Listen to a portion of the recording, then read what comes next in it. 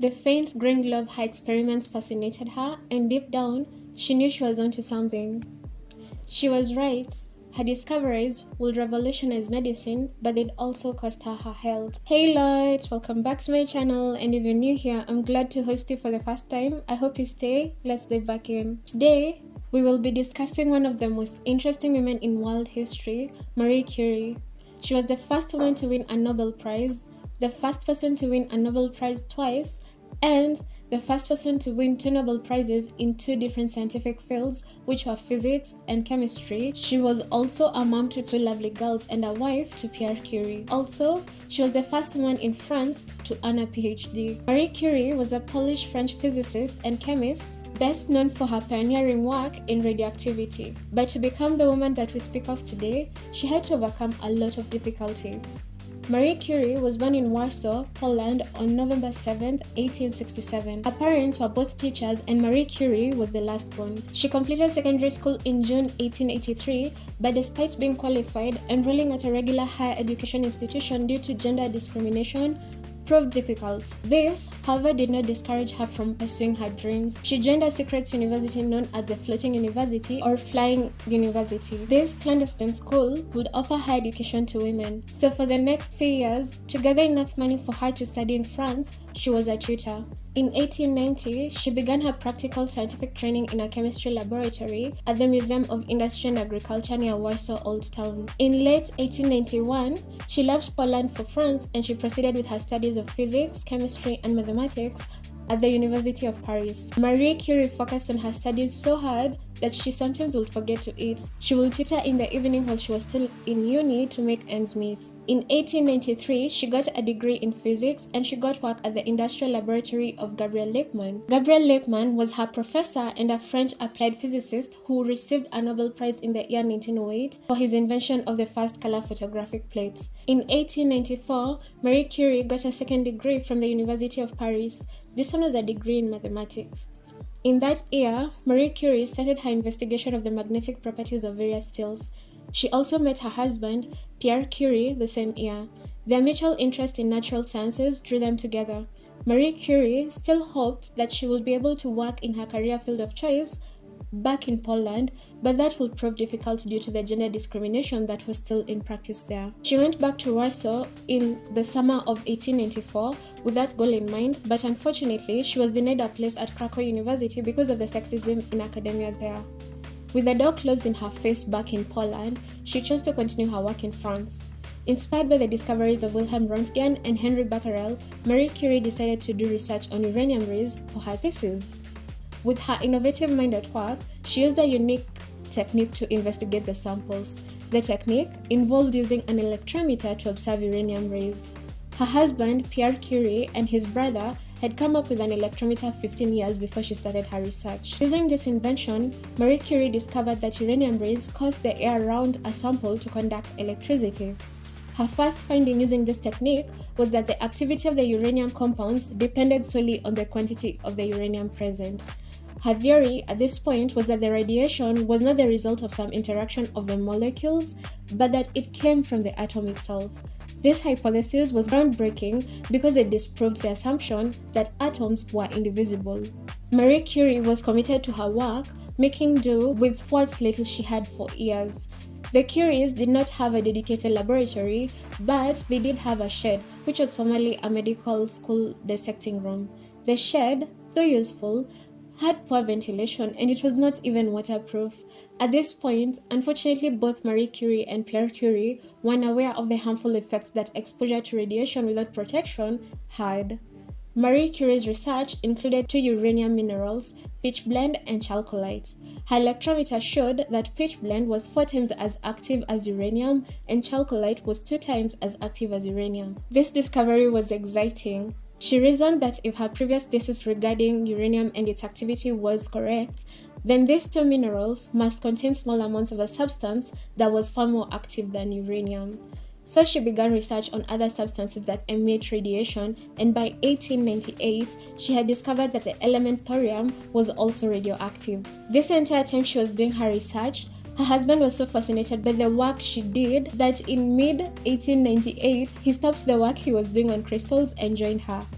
To honor her desire to make this clear, I'm going to reiterate this at this point. The idea of studying uranium rays as a doctoral thesis subject was her own. She took it to her husband at some point for his opinion, but that was it. It was so important to her for this to be known that she recorded this fact twice in the biography she wrote of her husband, so there was no chance of uncertainty. In the same biography, she stated that the research she did was for the public good and the alleviation of human suffering. Marie Curie believed that science or other scientific discoveries should be shared with society for the good of all. Even though Marie and Pierre Curie could have patented the radium isolation process, they chose not to, hoping that since the medical and scientific community would have free access to this information, they would apply it and produce advancements in their respective fields. At this point, Marie Curie was aware of the need to publish her discoveries post-haste so that she could establish priority. In science, priority refers to the credit given to the person or group of people who are the first to make a discovery or propose a theory. Since Marie Curie was not a member of the French Academy of Sciences, her paper, briefly explaining her work and discoveries, was presented by her former professor, Gabriel Lippmann, on April 12, 1898. In July 1898, Marie Curie and her husband published a joint paper announcing their discovery of a new element which they named polonium. On 26 December 1898, they announced their discovery of a second element which they named radium. Marie Curie then undertook the task of isolating polonium and radium in pure form. This proved difficult because it was not until 1910 that she was able to isolate pure radium metal. Between the years 1898 and 1902, Marie Curie and Pierre Curie published 32 papers, and among them was one where they revealed that deceased tumor-forming cells were destroyed faster than healthy cells when exposed to radium. This discovery laid the foundation for modern radiotherapy. Marie Curie got her doctorate, a doctoral degree in science, from the University of Paris in 1903. In 1903, Marie Curie, her husband Pierre Curie, and Henri Becquerel jointly received a Nobel Prize in Physics for their research on radiation phenomena. But imagine this, Marie Curie would have been left out by the committee nominating people for Nobel Prizes had her husband not been warned by Magnus Liffler. Imagine how unfair it would have been. Her years of work and her brilliant mind unrecognized, all because of sexism. Magnus Liffler, who was a member of the committee and a Swedish mathematician, was a feminist, and he informed Pierre Curie of the committee's intention to leave out Marie Curie's name, and so Pierre then issued a complaint, and in the end, Marie Curie's name was added to the nomination. In 1911, Marie Curie received her second Nobel Prize, a Nobel Prize in Chemistry. The award was for recognizing her efforts in the advancement of chemistry by the discovery of the elements radium and polonium, and the isolation of radium and the study of its nature and its compounds. This award also had its own challenges, as the Nobel Committee advised against her coming to the award ceremony due to a scandal that she had been involved in, the Lavin affair. But Marie Curie went against their wishes and chose to go to Stockholm to receive the award. With her second Nobel Prize, Marie Curie was able to persuade the French government to support the Radium Institute, where they did research on chemistry, physics, and medicine. Unfortunately, World War I broke out and research at the Radium Institute was disrupted. Marie Curie then directed her energy where it was most needed. During World War I, she was the director of the Red Cross Radiological Service. At this time, she quickly recognized that wounded soldiers needed to be operated on as soon as possible. One of the solutions she came up with was to introduce radiological centers near front lines to assist the surgeons on the battlefields. This was how mobile radiography units, which were popularly known as little Curies, came about.